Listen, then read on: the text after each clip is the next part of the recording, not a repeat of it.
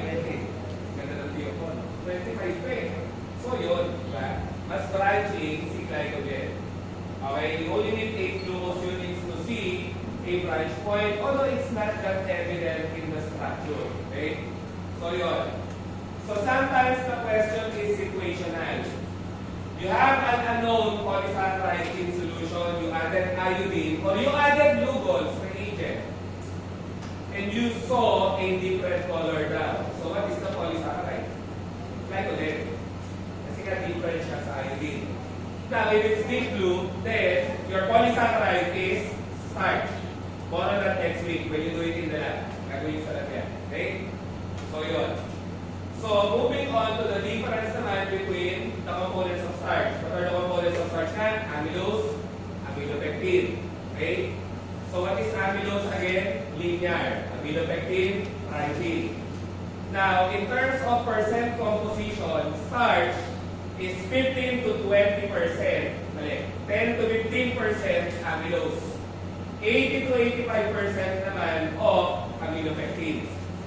Okay? Amylose is linear, so it has a lower molecular weight. Amylopectin is branching, so it has a greater molecular weight. But which of the two is water-soluble? Maraming nadadali dyan sa boards. Because we tend to think na amylose being linear, water-soluble. No. Amylopectin, the branching one, is actually water-soluble, not amylose. Why kaya? Kasi amylose is linear. Therefore, its molecules are prone to aggregation. Unlike amylopectin, which is branching, there's a less chance for molecules to aggregate onto each other. Ang sinabi ni Sir, si amylose mataas tendency magpatong-patong. So pag nagpatong-patong, it's very difficult for water to penetrate between molecules. Unlike for amylopectin, if you have amylopectin molecules onto each other, they cannot stack up, they cannot aggregate onto each other, therefore water molecules can easily penetrate between molecules. Mas napapasok ng tubig si amylopectin kesa kay amylose dahil linear si amylose na eh. Okay? That's why in your dosage forms also, if you prepare starch, you usually see swelling muna. Why swelling? Into a pasty composition because of amylose. Kasi amylose is not water soluble, it only swells up na. Okay? Amylopectin on the other hand can dissolve in water. Now what is iodine again? Polar, non-polar? Non-polar. Amylose pala is non-polar. Okay? Kasi nga, it does not dissolve in water. Therefore, iodine will react with what? Amylopectin or amylose more? Okay ba? Okay na na. Huwag ka lang biglang susunod. Mayroon na baka sige. Ano? Pagod kasi sa lab eh. Ano? Which will react better with iodine? Is it amylose, amylopectin? Siyempre, amylose. The simple concept is what? Like dissolves. Like, hindi polar si iodine. Amylose is also not polar. So they can react with each other. And what's the color of amylose na? With iodine. Siya yung nagtitig blue. Amylopectin naman will be having a color blue-violet. And when you do this in the lab, also in other subjects, not only BioChem lab po, you will see deep blue immediately. But if not deep blue, it's somewhat dark blue because starch in our lab is expired. Yun talaga. No way out of it. Okay? So yun. You already know this, you already know this. Ngayon, ito na. What's the glycosidic band found in amylose nga? It's alpha 1,4. In amylopectin, it's 1,4 and 1,6. Okay? So, may mga glycosidic band. For maltose, it's what? What's the glycosidic band for maltose? Diba?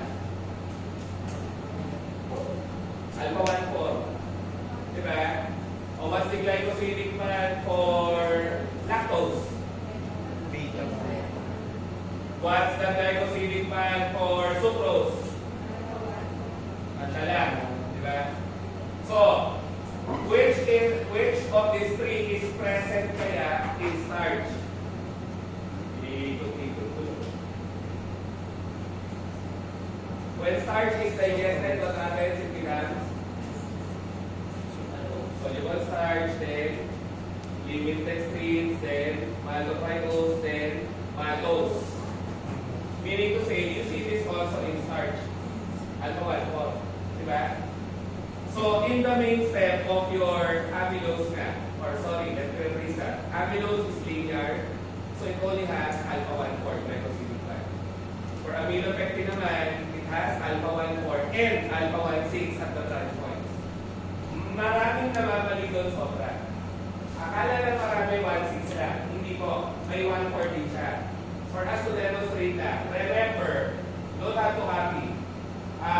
What carbon is this? Having 2 oxygens? Anomeric carbon, diba? Anomeric carbon. So let's say this is a portion of the starch molecule. Again, you don't have to copy. Yan.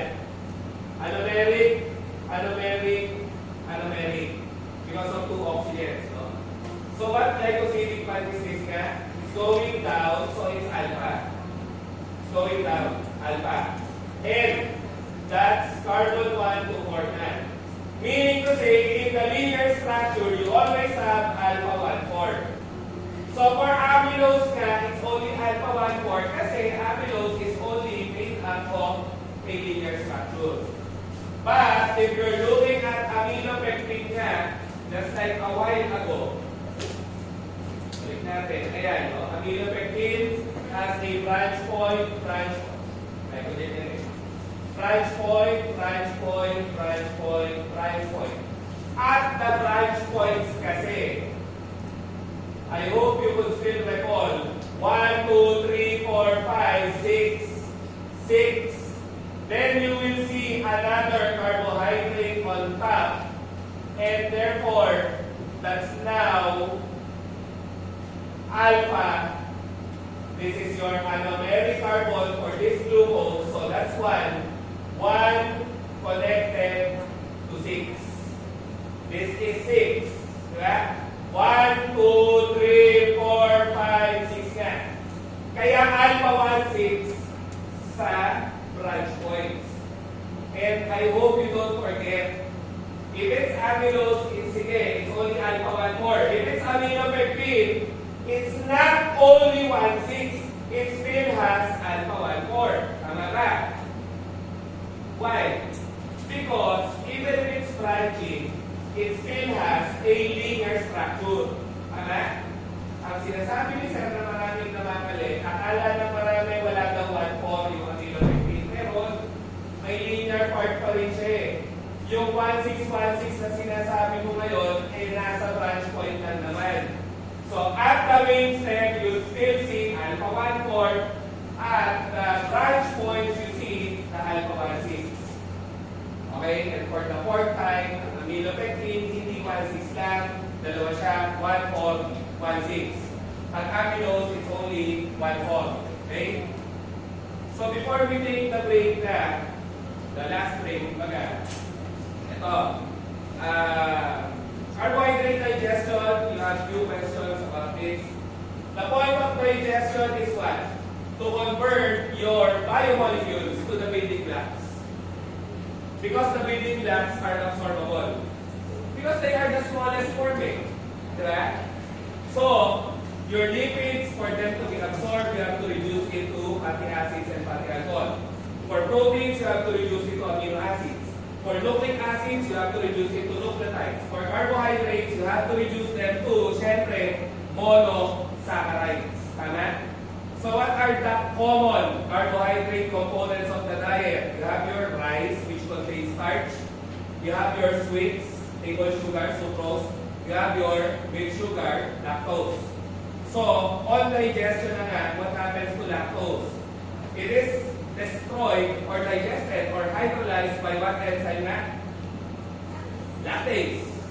For it to be converted to galactose, glucose.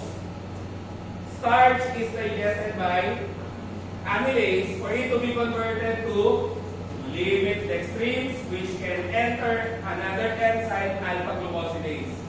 So that dito yung limit dextrins, hindi lang nakashow. Limit dextrins, okay, can enter alpha-glucosidase. And what can alpha-glucosidase do? It can remove glucose from dextrins one by one. And if it's already glucose, it's already absorbable kasi it's already the smallest form of the saccharide. Now what happens to your sucrose? Of course, it's digested by sucrase. Diba? So, it is broken down to glucose and fructose. Now, what electrolyte is needed for carbohydrate absorption? You need sodium. That's why you need to eat salty foods pa rin. I'm not saying do it in excess, but you need sodium in your diet. Without sodium or alat in your diet, without the fast food, the street food, the chicharon bulaklak, the chicken skin, the kwek-kwek, and everything, sarap-sarap, without those things, you don't absorb carbohydrates. And therefore, you lose energy. And therefore, you easily develop fatigue, physically, mentally, emotionally. Okay? That's why you still need to take sodium. But not too much kasi excess sodium can cause what? Anong numero 1 sakit pag sobra sodium? High blood. Hindi po kidney. High blood muna. Hypertension. Okay? So yun. Now, if it's asked to us, what's the most rapidly absorbed monosaccharide niya? Is it fructose, glucose, or galactose? Ulit, ang tanong niya, sino yung pinakamabilis na absorb? Glucose, galactose, or fructose? Galactose is the most rapidly absorbed monosaccharide. Galactose. Okay? So, we have stated here, last topic, before we proceed to chemical tests. Panglab yun eh. Alpha-glucosidase. Again, the enzyme can remove na one by one glucose from limit dextrins. Okay? So you will see in your pharmacology too, the group of drugs known as alpha-glucosidase inhibitors. What do you think will be the use of this group of drugs? Ulit-ulit tanong ni Sir, may mga gamot kayo ng pangalan ng grupo. So kung gano'n ang pangalan ng grupo, ano kaya ang gamit ng gamot? Huwag sa akin tumingin sa board. Ha? Kung ang gamot ay alpha-glucosidase inhibitor, ano magiging gamit niya?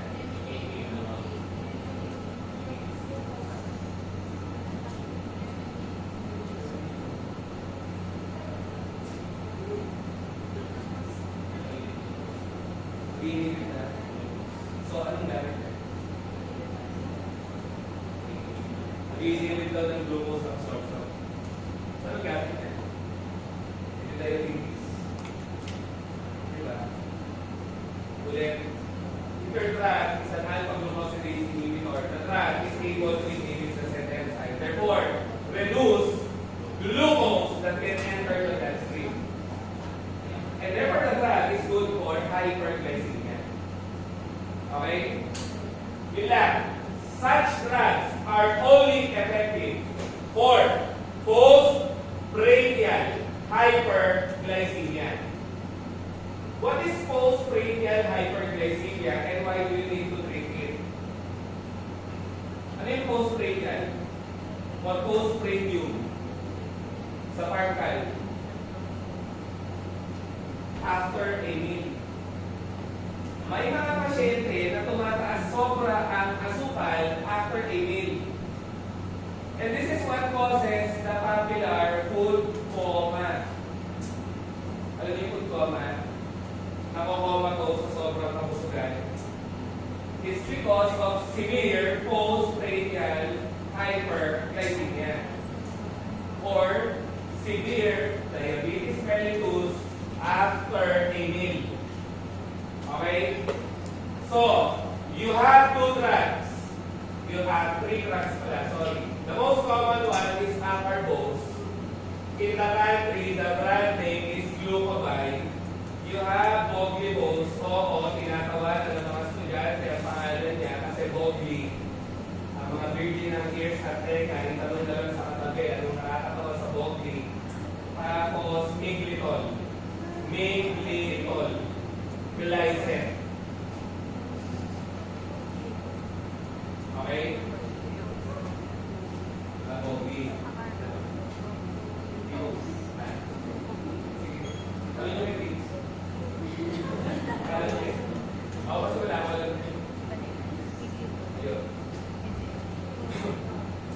What do you think is the proper way of taking the medication?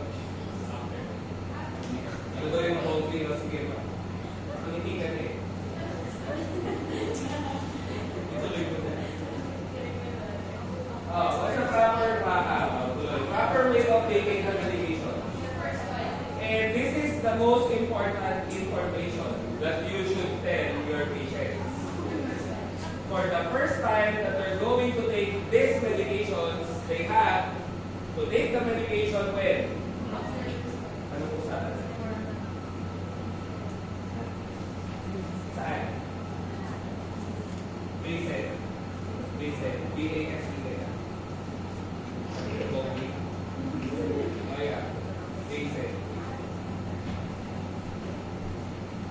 When is the right time to take the three medication?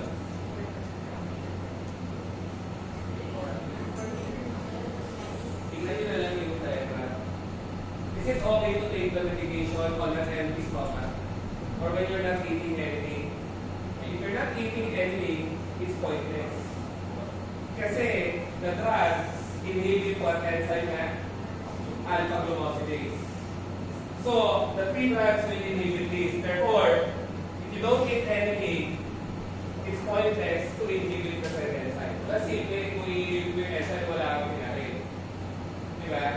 Kaya ang counseling point ko nga, sa dispensing naman, no, ay ano nga, you should tell the patient to take the medication at the first bite of the meal. Literal. Pagkasubo ng kanin, inom gamot. Or else, the drug is pointless. Sayang ang pera ng pasyente mo. It won't work. Diba? And again, the point of using the drug is to control the sudden shoot up of blood sugar after a meal. That can lead to food coma na. Okay?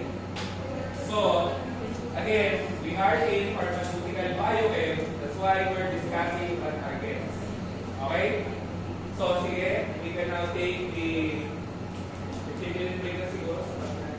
We're only at 5